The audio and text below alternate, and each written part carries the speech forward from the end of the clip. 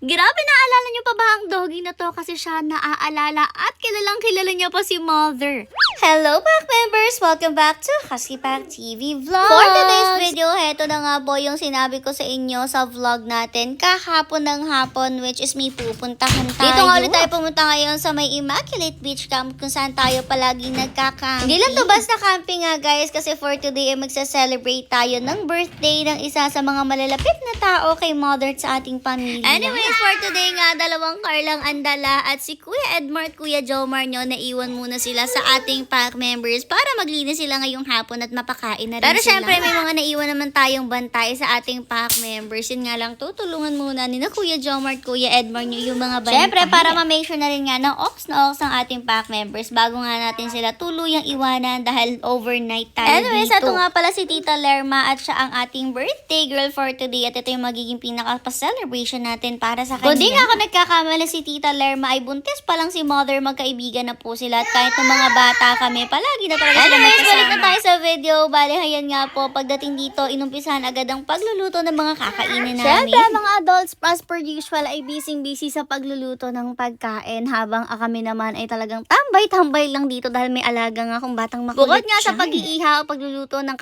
ulamin which is sinigang, ay hayan, nagpasaing na rin nga sila at pinagsabay na. And yes, for today, nagdala tayo dito ng lutuan na gas. O diba, stove. bongga na talagang nagdala pa tayo ng stove ngayon. Pinili talaga yan. At after nga maisalang lahat na mga ulamin, saka naman kami nagbuo nitong aming tent. Actually, hindi pa ito yung para magiging pinaka-tent natin. Ito lang ay yung gazebo para magsilbi nga po nating shade kapag medyo mainit or kapag umulan para naman hindi mabasa ang mga gamit. Lalo na nga yung mga pagkain. Ilang beses na rin kasi na nag-camp tayo dito tapos biglang bumuhos ang napakalakas na ulan at hindi tayo magkaintindihan pag-ayos ng mga Kaya gamit. naman umorder na yun si Mother nitong gazebo at sa tagal-tagal na nga nito na dumating ay ngayon lang siya magagamit at first time nga namin itong mabubuklayan. Kaya naman medyo nahirapan pa rin talaga kami dito na mag-assemble dahil ang kailangan talaga dito ay yung medyo malakas-lakas Eto nga, hindi magkaintindihan si Mother dito. O di ba nakakaloka ang face niya. Talagang birang-bira pero hindi pa rin carry.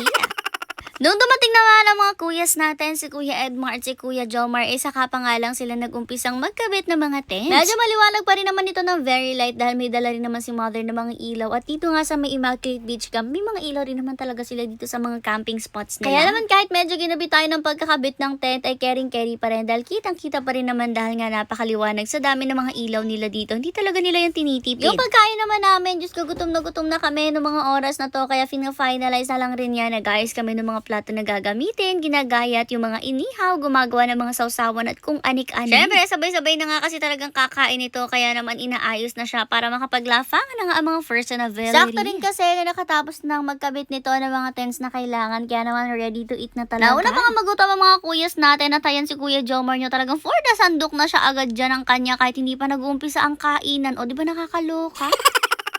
Pero ito nga, naiayos na rin yung mga pagkain dyan at habang busy-busy nga ang mga first na ability sa pag-aayos, si Mother naman naisipan pang manguli. Paano ba naman kasi nag-iiyak-iyak ang Skyler kaya naman tinry niyang kulitin at yan kumuha siya ng ulam at ibinibigay nga sa batang maligalig. Pero bilang maligalig siya, hayan hindi niya nga tinanggap at tumalikod lang siya. O diba, feel rin talaga ang pangulit ng wow. Dahil nga hindi tinanggap ng bata, naisipan ni Mother na isa ina naman ibigay. O diba, ang kalokohan. Pero syempre hindi ko yung tatanggapin. Lasang kamay na yan ni Mother kaya hindi ko talaga nila function. Birthday to you.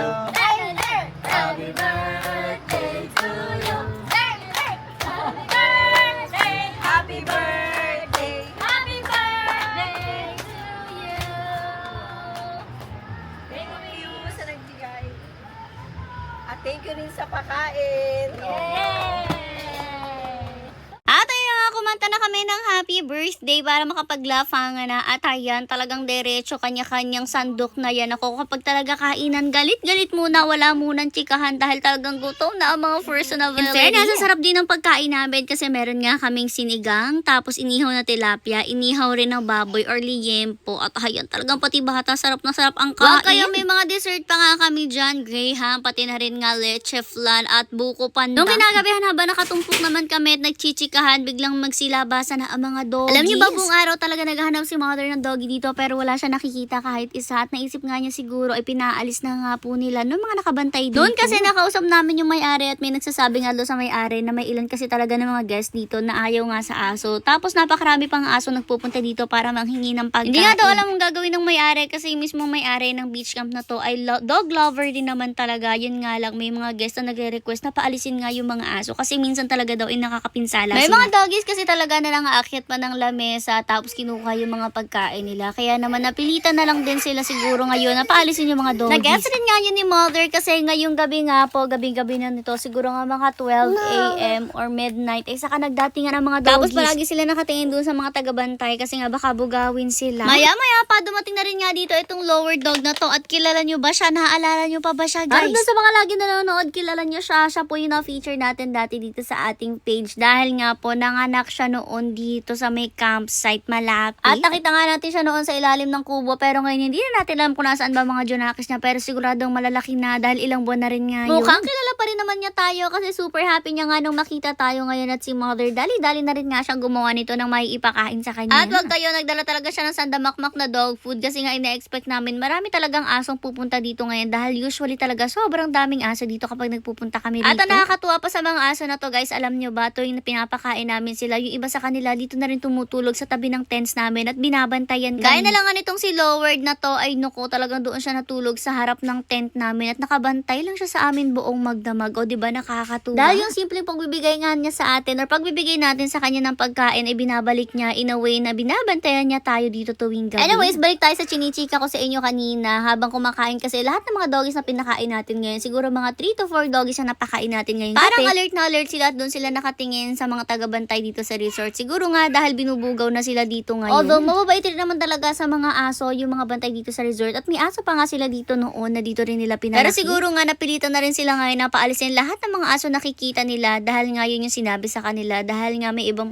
aso talaga dito na nangungulit sa mga guests. Kaya naman ngayon natulugan na yung mga tagabantay at taga-saway ay saka lang nagdadatingan yung mga doggies at wag kayo hindi sila dumadaan doon sa may pinaka-entrance. Siguro alam na nila na makikita sila kapag doon sila dumaan kaya naman sa gilid-gilid sila dumadaan. O diba ang tatalino talaga ng mga doggies. Eto nga doggy na kumakain ngayon, parang pa 3 or pa 4 na aso na to na napakain namin ngayong gabi. Totohanan pa nga si mother ng mga asong dadaan at diretso pakain siya.